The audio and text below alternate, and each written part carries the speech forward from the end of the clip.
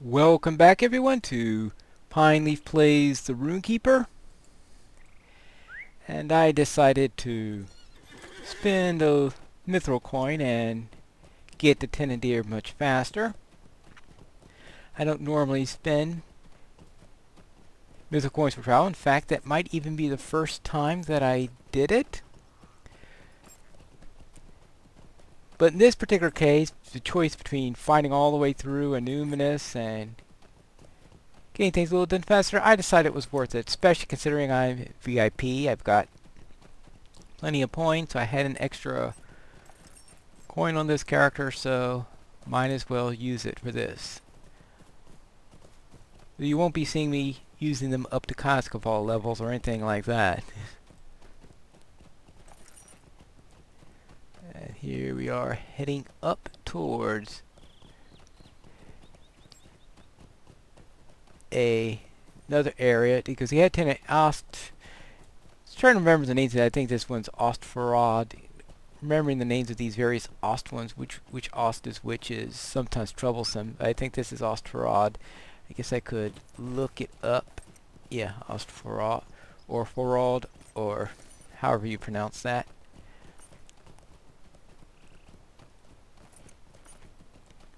But this is just a waypoint. We'll just tag a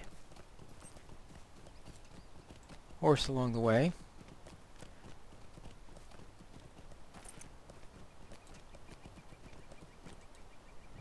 What do you need? There we go. And we can continue through here.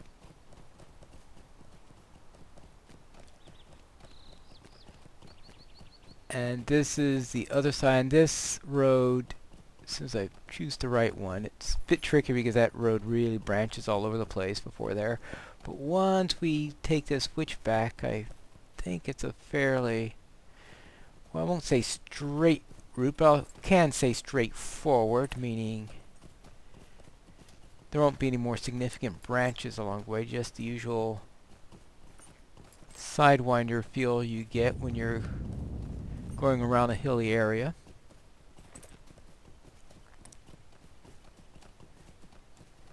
And I think the mobs here are fairly low level, yeah, level 35, so I won't have to worry about fighting them along the way, at least not until I reach the gates of Forochel.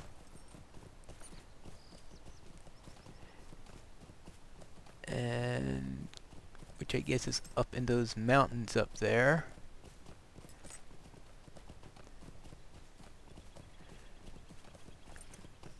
Though even though Forochel is fairly cold, it's not all that high in its elevation.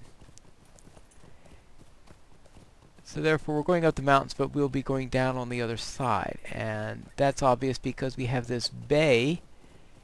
And the bay, of course, is attached to the ocean, so obviously the bay is going to be at sea level.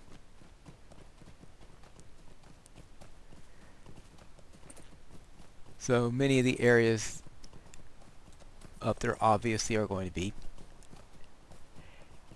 at sea level. Now there are some areas that are going to be a little bit higher perhaps.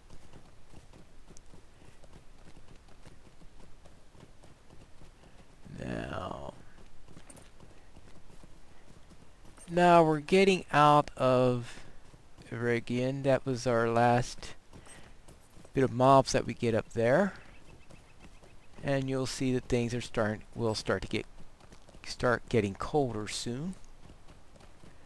And apparently Forochel is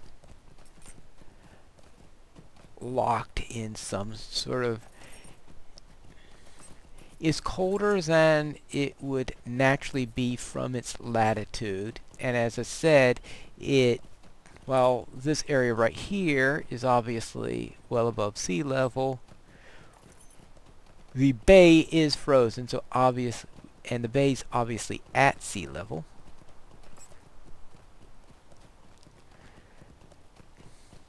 But Angmar has done some nasty things to it. And of course, Angmar is responsible for lots of things. Now, we need to get Helchun's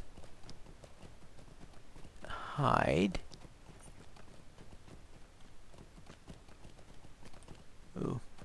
Okay, well, I was going to be looking up the location of that on my mini-map, but maybe that's not a good idea when I am traversing mountainous terrain. I have these visions of my horse plummeting down into the depths.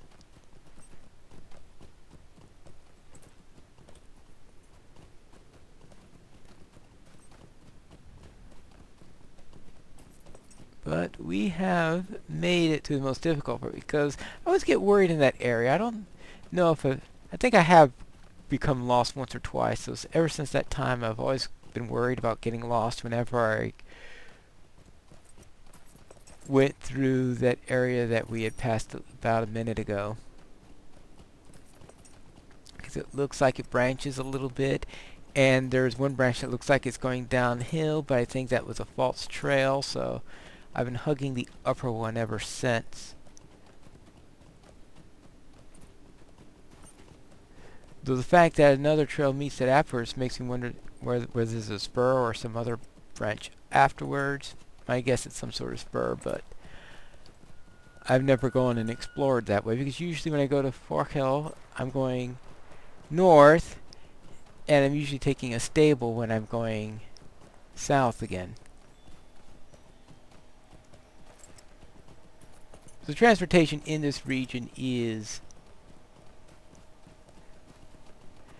rather tricky. Now, I'm not going to be doing much in the way of questing in this area. If you want to see questing, then I suggest you go over to Cithrit's channel. She decided to skip Goblin Town and head over here and do her questing here. So you can see my series if you're interested in Goblin Town. You can see hers if you're interested in Forochel, and if you're interested in both, then you can watch both of us. Alright, so this has one that we go to Ostfron, so this is our first waypoint. But now I want to see if they can tell us where. Let's see, a worthy garment for Helchun. So a worthy garment, I do not see. Alas, I am not seeing a marker anywhere. That's sometimes tricky with this particular quest and finding the exact area where something is. So let us see how the description here. It says, Durder wishes, let's see. Helchun's hide. Helchun prowls near the springs near Zigelund in Forochel. So therefore we need to go all the way up to Zigelund, which is a dwarf location there. And I guess I might as well take care of those. I might as well. Probably I should have clicked on all these before, just in case I had gotten enough rep in order to use that mount that I wound up using a mythical coin for. So, yeah, if you got a rep-based travel, then you might as well check to see if you've got the rep before you go around spending mythical coins for it. But it looks like that was still a way. Since I did not really do much, because I remembered after when I was visiting to Oatbarton that I had done the Hobbit areas, but I did not do the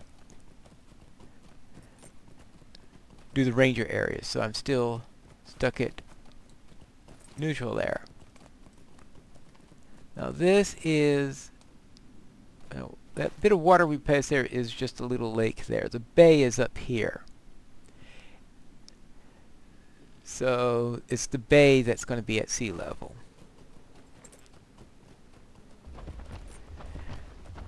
Though I presume that the bay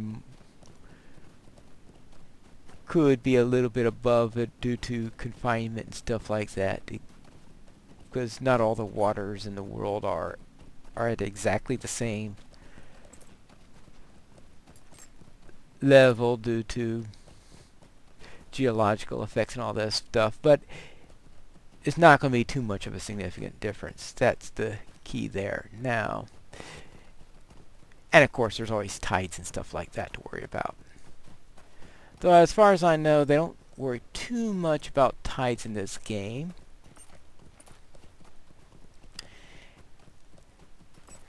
And since the bay is relatively protected,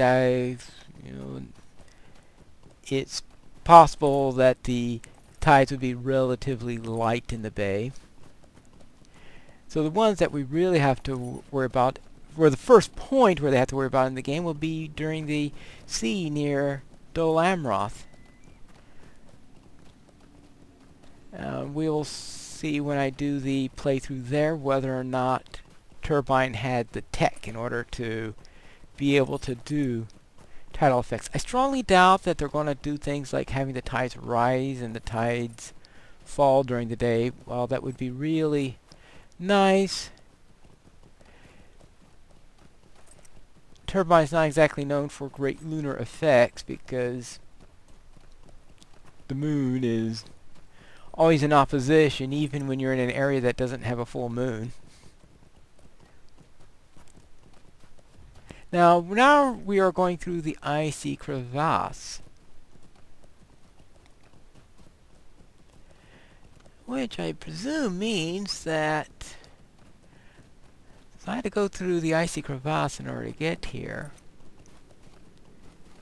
It sounds like almost begging for me to run the skirmish as for the next episode before continuing on. Let us see whether I listen to the begging or not. But that's going through the icy crevasse without having to worry about all those mobs that you face in the skirmish.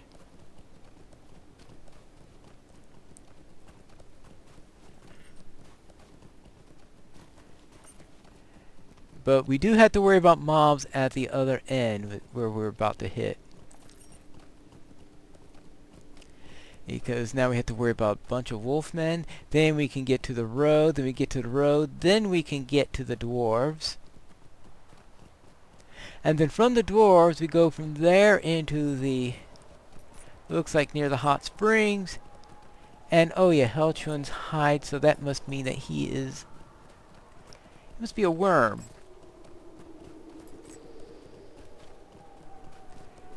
Yeah, it doesn't say what Heltron is, but he's probably a worm because there are the springs near the dwarf hold are riddled with worms. And now things get a little bit dark in here because we have this ceiling on it, and as you can see now we have to worry about the wolfmen, and they are right at level 45, so actually it's a nice little time to do this.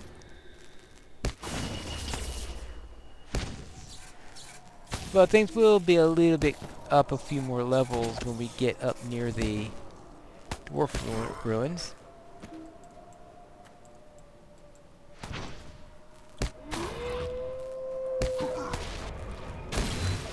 The tricky thing though about doing Icy Crevasse is that we are in level 45. I obviously haven't finished the level 45 quest yet, since I'm here to do that very quest.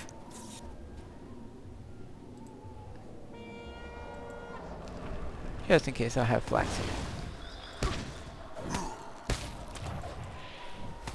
Now in case you wonder about having the skirmish soldier out, all the time I have currently on my soldier, so I've used up 40 minutes out of the first hour.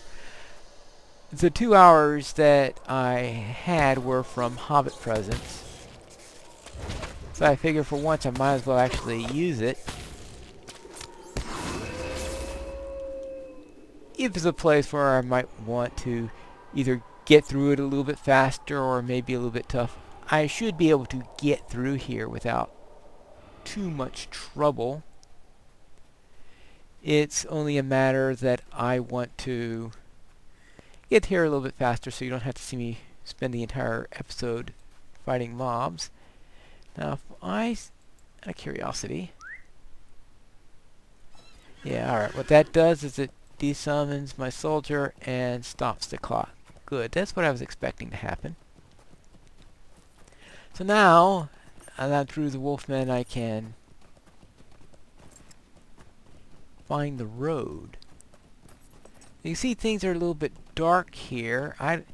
You don't know whether this is an effect of the weather or if it's due to a bug, because there's a visual bug that causes the fog from the area in the latter parts of the icy crevasse to get stuck. And you're left in fog for the rest of your session until you log out.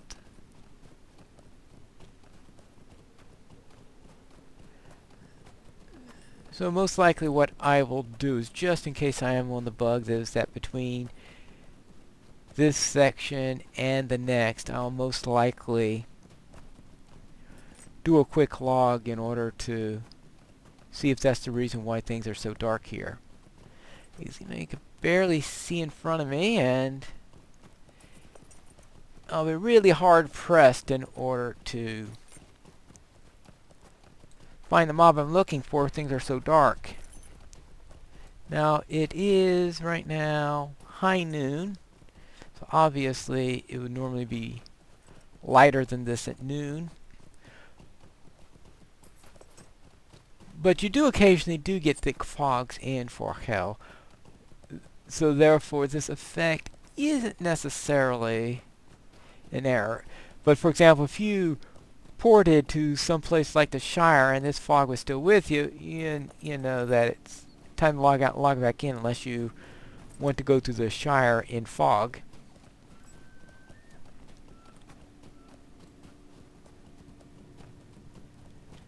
Right. But yes, but Icy Crevasse is the toughest of the skirmishes, and doing the Icy Crevasse at level 45 with a squishy class doesn't sound like a combination that's likely to get me to survive.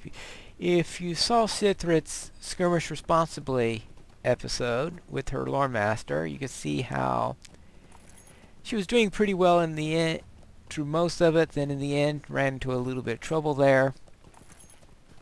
And I suspect that, well, probably best not to worry about that. That's a minstrel who gives you several things to help her finding her music and all sorts of stuff like that. There's actually one for each of the 7 original classes. The quest series was done before there were Rune-keepers and wardens. And the idea is to help each of them, and as reward you get a consumable from each one of them that allows you to do something similar to one of their class abilities. For example, with the minstrel, you could get a death pose. So that means for one time you could do a belly flop on your minstrel. At the end, if you complete all 7 of them, then you get a stack of the ability of your choice, and since you've seen what each of the other 5 are by then, since you complete each of the others, you might not have used them, but you at least have read the description, you might have an idea which would be most useful for you.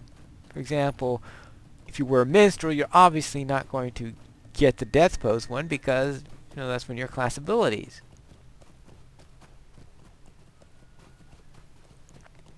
And should be getting closer to the dwarf area. Yeah, we're making a beeline towards the dwarf area, and we have to go right by it in order to get to our mob. So we are going to end this episode with the dwarves.